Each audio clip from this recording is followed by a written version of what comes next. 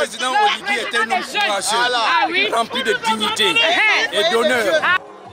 Ce sont des milliers de Gabonais qui ont battu le bitume le long du bord de mer, partant de l'aéroport international Yomba, où ils ont accueilli le président Oligui Nguema et sa délégation de retour du sommet Afrique-États-Unis. Derrière le président de la République, tout ce qui se passe, tout ce que nous lisons dans les réseaux sociaux sont des faits, mais cela n'empêchera pas la jeunesse gabonaise de soutenir leur président.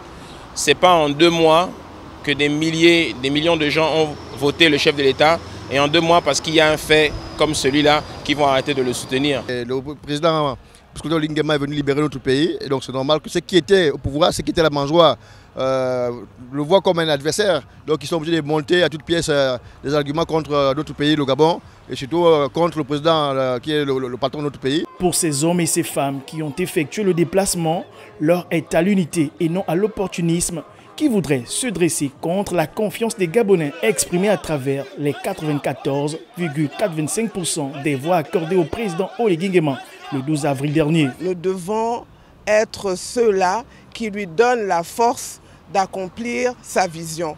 Et aujourd'hui, tous les Gabonais sont derrière lui. Et il faut que tout le monde à l'international voie, réalise que le peuple gabonais soutient son chef de l'État. L'unité, rien que l'unité. Moi, ce que je veux, c'est que notre pays demeure uni, et c'est pour la vie. C'est-à-dire aux populations de ne pas tomber dans la provocation et dans tout ce qui se dit sur les réseaux sociaux. Mais nous devions soutenir notre président de la République. Il faut rappeler que dans un communiqué lu à la télévision, le procureur général près la cour d'appel judiciaire de Libreville, Eddie Minang, a annoncé que le procès de l'épouse et le fils de l'ex-président gabonais Ali Bongo se déroulera à Libreville du 10 au 14 novembre prochain.